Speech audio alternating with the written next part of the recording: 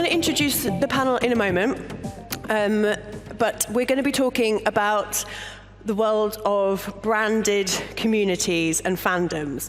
I'm trying to make the word brandoms a thing, but I feel like it's a bit like trying to make fetch happen, so I'm not sure if that's going to work. Maybe tell me after if I should ditch that plan or not. But guys, do you want to introduce yourselves? Yeah, sure. Hi everyone. I'm Tom Skinner. I'm the ECD of TikTok's global business marketing, which means we work mainly with the amazing communities on TikTok. We bring them together with brands. We dive into their fandoms, and yeah, we create campaigns with the biggest brands in the world. Mm. Hi, I'm Megan. I'm the head of creative at Lucky Saint. So we are a non-alcoholic beer brand. We've been going for around 5 years. Hopefully you've seen us around. Yeah, hi, and I'm Rob Wood. I head up comms at WWF, so we're the global environmental charity. You probably know our panda logo, and one of the areas that I work particularly on is how we engage consumer audiences through the brands that we work with. So we work with ITV, Vodafone, Carlsberg, Sky, in kind of bringing to life the issues that we work on around protecting nature and bringing our world back to life. Now, before we get going, I'm going to run through just a couple of slides setting the scene on what are branded communities and fandoms. And then at the end, hopefully, because we've got quite a lot to talk about on this topic, we'll have a little bit of time for maybe 2 questions. And if you want to grab us afterwards and talk more about this area, then we'll be mingling about. So come and find us for sure. So feeding fandoms and why community matters to marketers is what we're all about. Now, you probably have heard, that's why you're in the room right now, that community marketing is a really big deal for us in this industry. I feel like we're at a bit of a changing point where we've been very used to kind of push marketing, and then we talked a lot about how do we pull people into our branded worlds. But the way I see it is more community marketing is like an infinity circle. Really, we should be in conversation, in a constant loop with our audiences all the time, and finding ways to be in digital environments or IRL environments where we can make that relationship truly something really meaningful. And the word that I always have in my head when we're talking about community is relationship. It isn't just about throwing stuff at people and talking at them. We want to have dialogue with audience, and that's what's a little bit different about our approach when we talk about communities. And I thought I'd some pictures of myself half-dressed on a giant stage, because why not? And the reason I wanted to do this is because all of us are part of communities. Being here in this room at this event today is because we're part of the creative community, and within that there's probably little pockets and little clubs and little societies that you're involved with, maybe digital and maybe IRL, and it's brilliant to be able to come here together and meet members of that community and deepen those relationships. And brands can look to some of the real communities that we're part of in our human lives, not just our marketing lives, to learn some cues from that. So one of the communities I'm part of is CrossFit, or a cult, some like to consider it. It has literally its own language. And there's lots of the things that happen to me in my CrossFit community that I actually kind of borrow sometimes when I'm developing marketing strategies for brands like Lego and Krispy Kreme and Sky TV, which are some of the brands I've helped develop community marketing for. And then, of course, Pokemon. And Pokemon's really interesting to me because not only is its own giant community in and of itself, with massive conventions and places that you can get involved with it, but there's a lot of adjacent communities of which Pokemon has attached itself to over time when it wants to move into other areas like luxury, for instance. And we're going to talk a little bit later on about brands who are doing that link up really well. Oh, here we are. We've already done this bit, so we can skip that slide. We all know who we are. So what is a community? And I thought it was helpful to have a bit of a definition, because it definitely isn't an audience. So sometimes I think that brands can assume that if you've got a lot of people on your Instagram channel or your TikTok world, that that's your community. But what are they doing? And I think there's some kind of behaviors that you can look at from your people to see if actually there's the beginning of a community that you can cultivate. So I define it as fervor. So a load of passion and enthusiasm about a topic or an interest in a brand. We need to feel that energy. You're not just a passive member of a community. Community tends to be something that you want to be an active participant in. So while we're seeing that energy, action. So is there collaboration and discourse between the attendees? So not just you as a brand kind of shouting out into the the ether, but that dialogue, that backwards and forwards that you're having with them, but they're having with each other, that's when things get really, really valuable and quite exciting to see. And the final part is N for network. So a safe space to gather for that audience. Oftentimes that will be in a digital world, it might be a closed place or an open place that you're allowing people to enter, but a very specific place where they know that they can go to be part of a community. And why are communities good for brands? So there's a really long list of reasons, but if I was to pick 3, I think they're probably about meeting your people, so being able to interact with your audience, to ask them questions, to test and learn from them, to see what they're talking about genuinely to do with your brand, that you can become more involved in that conversation. The second is about first-party data. We live in this world where actually getting our hands on who our people are is really important. And so when we're shaping a community, lots of the strategies that we might put in place will be about how we can gather that first-party data so we can go on and have a more meaningful conversation with that audience. And the final one that's the absolute gold dust is advocacy, because what we're really looking for, and we'll start to talk about it when we go through our panel questions, is how our audience becomes those fans who go out and evangelize on our behalf, who can often fight the fires that we need to fight sometimes from a marketing perspective on our behalf. And that's when we know we've struck gold and our community is really working. And then this chart is a great one for you to take a picture of if you are going into battle with any budget holders within your organization, when you want to say, I really think that we should invest in community. Because the more you do, the more profitable the business will be, because other parts of your marketing can really shrink from a spend perspective, because your advocacy audience is doing a lot of the heavy lifting for you. So who is doing it well and why? I've already mentioned I worked with Lego. They are quite famous within this space for doing the world of community and fandom brilliantly. They have a whole group of super fans that they feed constantly with ways to get involved with the brand, and then they do lots of work around IPs, partnerships that they have, and passion points and special interest areas. And then brands like Peloton and Sephora get spoken about a lot. You're maybe part of some of those communities yourselves. Sephora Club is excellent for anybody who's maybe thinking of putting their toe into the space of community and joining something. But there's a few things that are really similar that some of these brands are doing, and they're things like encouraging connectivity, rewarding participation, and creating those gathering spaces online and offline for audience to connect. So that is my whistle-stop tour of why we think it's important to talk about community. So we're going to go on to our panel cues now. And we're going to talk about 3 different areas. First is communities, making them. How do you get them off the ground? Why are they worthwhile having? How do you nurture them once you've already got them? And then finally, and this is the thorny issue, as it is in all parts of our marketing world, how do you measure community? So I'm going to begin with my first question. And I think you two, it'd be lovely to talk about what's going on inside your brand worlds.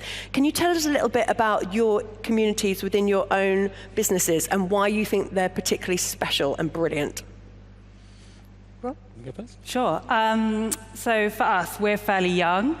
We're 5 years old, so a lot of the community has come from, like, people can see us in advertising and people can see us in the supermarket, but word of mouth, as you were saying, like, advocacy is a huge thing for us.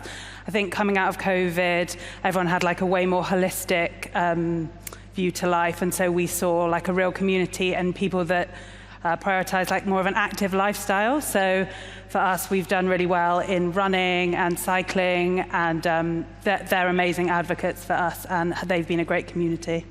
Great. Yeah, I mean, our supporters are people that care about nature. We're a really warm, kind of welcoming brand, and people obviously give us donations so that we can do our kind of conservation projects around the world. But I think what's important for us is that it's not just a transactional relationship with our supporters. You know, we don't just want them to us to give us money for us to, you know, look after a problem for them. For us, we're trying to engender more of a kind of values-based relationship, an emotional-based relationship with our supporters, because they trust us to kind of be the change that they want to see in the world. So what's really important for us is to play that impact back to our supporters. You know, we take a lot of trouble to take content, photos, videos from the places we work around the world and play that back to our supporters so they can see our impact and feel part of the story. Those are all wonderful things about the community, but certainly something that I've experienced with some of the brands that I've advised over time is quite a lot of nervousness about inviting people in. And you're just speaking then about showing the work that you're doing, but there can be a lot of anxiety actually about lifting the lid and being quite open door policy with your audience. How do you navigate those kind of conversations within your business if people are reticent to allow the community its space? Yeah, I mean, I think those conversations about your brand are happening in the outside world, you know, whether you like it or not, positive or negative, and you can sort of choose to ignore it, or you can engage with it and actually use it to enhance your offer. So an example of what we do is with our offer to kind of young people, to teens. So WWF has traditionally been, you know, had a strong offer for our adult supporters, and also for kids, because we do our kind of cuddly toy animal adoptions. We've got a great kids magazine, but that kind of space of teens into young adults has traditionally been a bit of a gap for us, but is a really important growth audience. So over the last few years, we've been putting a lot more effort into growing our offer for young people. And one of the ways that we're kind of inviting them in is we've got a great young people's newsletter that's growing, and that's actually created by an editorial panel of young people that we've kind of invited in. So, you know, we give them access to our programs and our experts, but they're the ones that are writing the stories, they're choosing the stories, and we have very, very light touch kind of editorial oversight on that. And I think that's great in terms of us kind of almost speaking on a peer-to-peer basis to those young people, rather than it being a 25 or a 35 or a 45-year-old in our office writing this stuff for that audience. Yeah, it's authentic, isn't it, to the group that you're trying to reach. That's definitely kind of part of the thing about communities, isn't it, is it has to feel really genuine and that you've got a reason to be there, or else it's clunky and it feels like the heavy hand of brand is all over it. Yeah. Have you had any kind of challenges, Megan, in your business of trying to lean into your communities more, or has it been really well embraced? I think, everyone's really open to it. I think we're a founder-led business, which I think is also from the outside in really, like, people want to know what's going on inside your business, because there is a guy at the heart of it that's building the whole thing with a team. So I think from the very beginning, we've been like very transparent about that. We opened a pub a year ago, which is I guess it's like a physical manifestation of our brand outside of the beer itself. So our whole team work upstairs, and we've got a pub downstairs where we kind of like host loads of events and run clubs. And for us, that's been so good to be able to like invite the community in and hear what they've got to say and just show them kind of what we're really about. Have FaceTime. And what better place to do it than in a pub? I know, it's so nice. And everyone's get to go to work in a pub every day. That sounds amazing. So you just started talking then a little bit about things that you've started and community marketing and this kind of huge expanse of the ability to become fans of things. It's quite new in the marketing world. So how did it all start? How did you get it off the ground? If people are sitting here thinking, we want to take these audiences that we have in these channels and turn them into fans in a community, any tips on how to get going? I think for us, it's like social listening. Like, we don't have a social media agency. It's our team that are like replying to direct messages. We do monthly consumer calls with all of our subscribers. Like, we're listening to what people like doing and, you know, how they spend their time, how what our customers are up to. So for us, it was like super interesting to find out that, you know, for example, so many of them are interested in active lifestyle. Like, originally we thought, you know, we were quite wrong with our target age. We thought our customers were a lot younger, and then, you know, when we did all of this social listening, we actually realized that it's an older demographic who are the people that are buying us all the time. So I think it's just really important to do that social listening piece as much as you can. Yeah. And Rob, slightly different for you, because you're almost like a heritage brand at this point. You've been around for feels like forever. Yeah, we've been around since the 1960s. Yeah. So, you know, we've grown organically really in that time. So I think the kind of challenge for us is maintaining, you know, not being complacent, maintaining relevance to our audience and trying to go where they are. So, I mean, it's what you're saying maybe about kind of listening, being alive to kind of social trends. So an area that we are very much moving into in over the next year is around the connection between mental health and well-being and nature. So I think a lot of people realized over lockdown just how important engaging with nature, being in nature is for our mental well-being. It's a whole load of academic research that backs that up. And it doesn't have to be, spending your whole time in a national park. You can get the benefit from engaging in nature in a city park, in a garden. I mean, there's even research that said that hospital patients that can see trees from their window make a better recovery than if you can just see concrete. So we are very much leaning into that because it's just another reason why nature is so important to our lives and why it needs protection. So we are.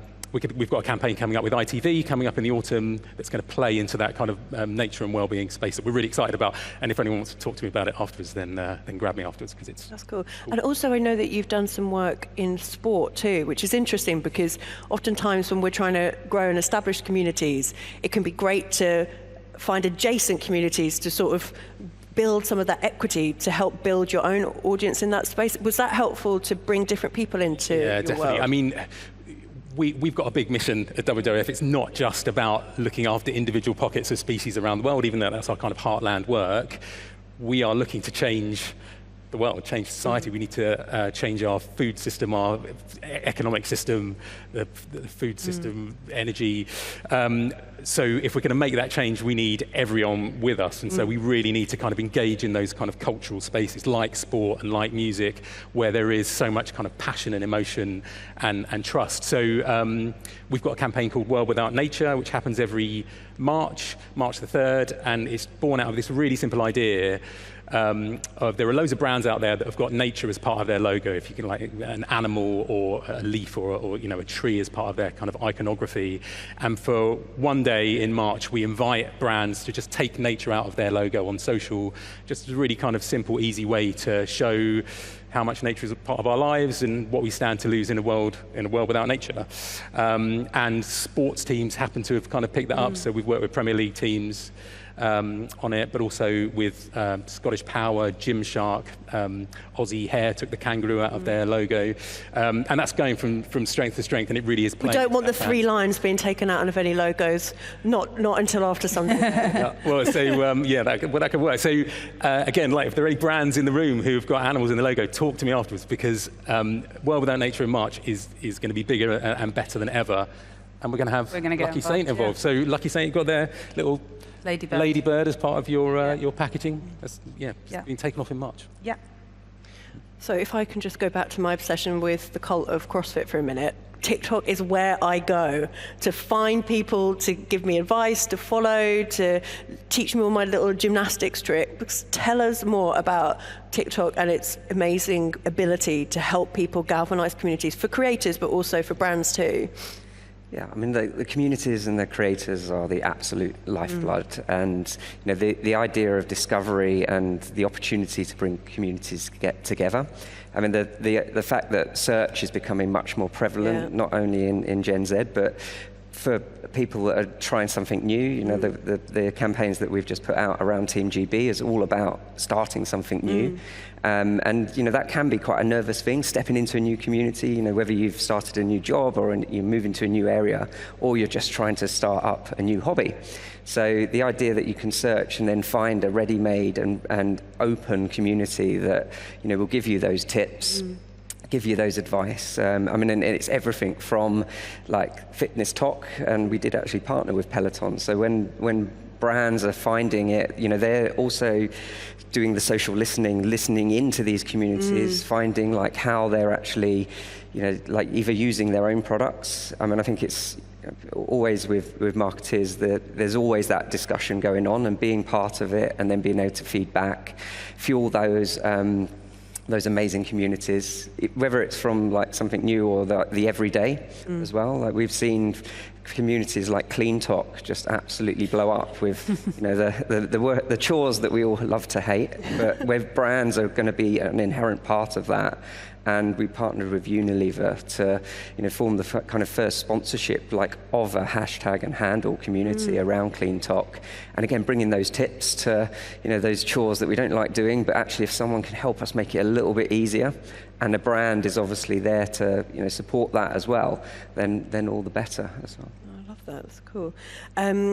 one of the things I also wanted to get some tips as well, once we're talking about it. Hack the algorithms. Yeah, no. I'm not going to get you on that, but I do need to know some answers. Yeah. Is how we incentivize communities, because it's not enough for us to just kind of beg them to participate. How do we kind of keep prompting them to want to come back and engage and be involved? And maybe there's some brands that have worked on TikTok that might have examples. Brands or the creators that maybe are leading that kind of drive, or within the community. And we've seen like real crossover from maybe the niche communities or the niche individuals, like Francis Bourgeois in the train spotting community. When we've worked with him and talked to him, like he started it maybe not thinking that community would find him, and then the crossover of brands listening in and actually cross-pollinating communities. We have like a creative philosophy around like stay and play with brands. Yeah, I wanted to hear more about that. Yeah, and I suppose with Francis, the fact that he was picked up by Gucci and North Face in the fashion community, that was them stepping out maybe of their expected fashionista community and fashion talk to find, like a new audience, a broader audience, and have more play. Like it allowed them to, we've just heard about the communities within cycling, finding Lucky Saint, or mental health with WWF as well. And, I think that's where having communities together on a platform like TikTok, it just allows brands to really, try new things, try new communities, dip into them, and they're having great success by broadening their I suppose, community vertical that maybe and not staying expected. In their lane. Yeah, they're stepping out and playing. Yeah, and actually, Megan, in some of the stuff that you've done on Lucky Saint, because I guess incentives can be about financial rewards or like money off things, like the Sephora one. If you're not part of it, there's loads of rewards for product purchases. But I guess things like your cycling club and the Strava partnership, I think you've had, are incentives in a different way, aren't they? Yeah, so we do have like a rewards platform for subscribers. But yeah, I think a lot of people are looking for kind of like money can't buy things. And especially we've been able to do things like give away entrances to specific running races that have been sold out, or a special experience at like the Hackney Half Marathon, which we sponsored, for example. So it's like just adding value to their experience of like being a loyal customer of your brand and a big fan of your brand, rather than just kind of like, giving them 10% off their next box of beer. Going back to my kind of point at the beginning about relationship, it feels much more like that you care about them, you know what's important to them, so you're crafting experiences that make them have a better life experience of the passions that they have. Yeah, I hope so. And I think Strava's a really good example, because Strava for us it kind of just came out of loads of people being like, why don't you do a Strava club? Beer doesn't really do Strava clubs, but like it's been really good because we've also reached a whole load of people that now love us that would never have found us in a pub or would have never found us in a supermarket. So it's kind of alongside the product kind of set up this kind of team of superfans as well. That's really cool. Makes me half interested in signing up to Strava, but not that much. I wanted to talk about measurement before the end, because we always seem to leave measurement until the very end of every meeting we ever have and run out of time to talk about it, but it is so important. And certainly I found with the brands that I've helped that we need to prove the value of everything we do, particularly in this day and age, like every penny counts. And the tricky thing about community is it's not advertising. It's harder for us to quantify the ROI back on the spend. So if you go into those difficult meetings and you're asking for a little bit more money for the Strava Club or any other initiative that you're doing, how do you kind of pitch to the people with the deep pockets that putting money behind community is worth it? What is the value that it can bring if it's not advertising equivalence? I think for us it's been immeasurable from the beginning. As I said, one of the reasons why we even started a Strava Club was because people asked for it. So being able to go to my boss and be like, this is something that people have actually asked for is really important. And then because that was such a good success, we were able to kind of measure it and then run it again. But I think, it's just like social listening as well. I think sometimes it's not the be-all and end-all to put numbers behind everything, and it's kind of more of a feeling from the people that you're talking to day to day. Yeah, and I guess in TikTok world as well, it's how you see everybody is excited by something and is jumping on those conversations and sharing. Yeah, like the immediate trends that take off, which are inherently measurable because of the hashtag views, or we see like the groundswell in a certain community where maybe the brand didn't expect it. So. Through the case studies of some of the brand partnerships that I've mentioned, we can prove it because we've got examples of how brands have really grown communities or stepped outside and started to play in new communities as well. That's very fun to see. Yeah. Rob, any other final tips on that? I mean, in terms of measuring success for us, it all comes down to our mission. So.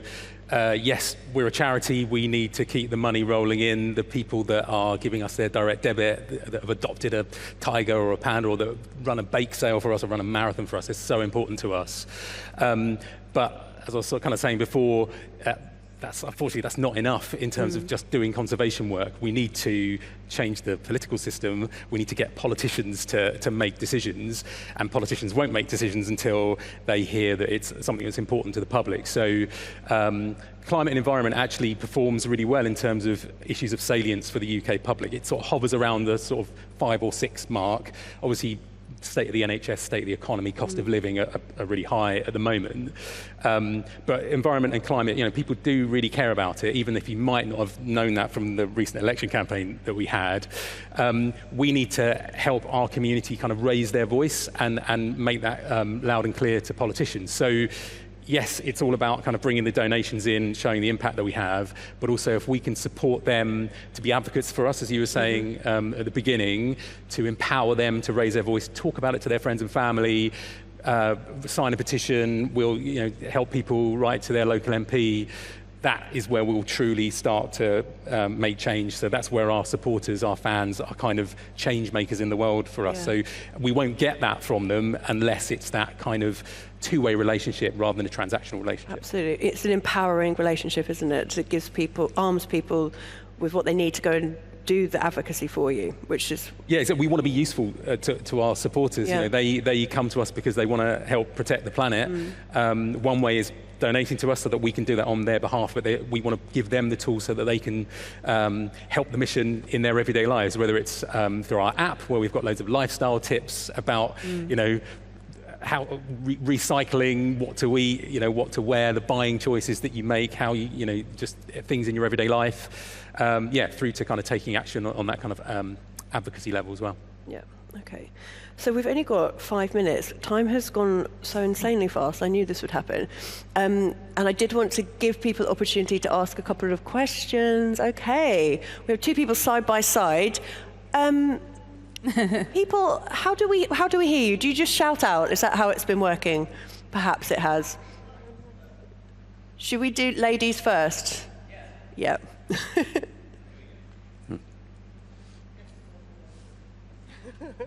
Thank you. So bearing in mind the importance that you feel communities have, the value that you think communities give, and the difficulty of actually measuring them. I mean, Tom, you've got easy measurement, and you're both saying it's much harder for you to measure them. How much of your marketing resource do you put into developing and nurturing community? Because I imagine if you put a lot in, there must be a lot of resource, there must be a lot more pressure for you to justify that spend and that effort. Mm-hmm. Yeah, I mean, as a charity, we absolutely have to justify every pound that we spend. I mean, whenever I'm spending money, I think about that school child that's doing the bake sale for us, and making sure that we're totally accountable for what we spend. Our senior leadership are really bought into what we're trying to do in terms of community. We've got a small but very powerful insights team that works for us, and we track public sentiment towards our brand and the issues that we work on. We try to be as efficient as possible with that. We've got what we call our pod, which is 200 of our supporters that have volunteered to kind of be a kind of qualitative advisory board for us. So any ideas, innovation, we bounce it off the pod, and that doesn't cost anything, which is really good. And you can't beat that kind of insight. So yeah, we do have to spend money to nurture communities, but we try to do it in an efficient way as possible. And it all comes down to, does it help us row our boat faster towards the change that we want to see in the world? I would just add to, from a strategy level, for some of the brands that I've been helping in this space for the last few years, it's a tricky one, and it involves a kind of rethink right from the kind of very outset of planning what the next few years for the business is going to look like. And what we've been doing is helping brands switch from thinking about traditional advertising channels and just conveying messages to thinking about, of course, those channels are important, but how are we engaging community at all the different touch points of everything that we have happening? So even when we're looking at planning an ad campaign, what are the ways that we're asking the audience to be involved? And have we made sure that we've built the right environment for them to do that, either on our social channels, on our owned channels, or in another space that we've decided is the appropriate space for the community to gather and to do what it needs to do to feel like it's a living, breathing place that people really care about. So it involves a really big rethink, and some people are very much on board with that because they can understand that the kind of universe of communications is changing, and this is what people are looking for. They want that dialogue with a brand and to be part of something.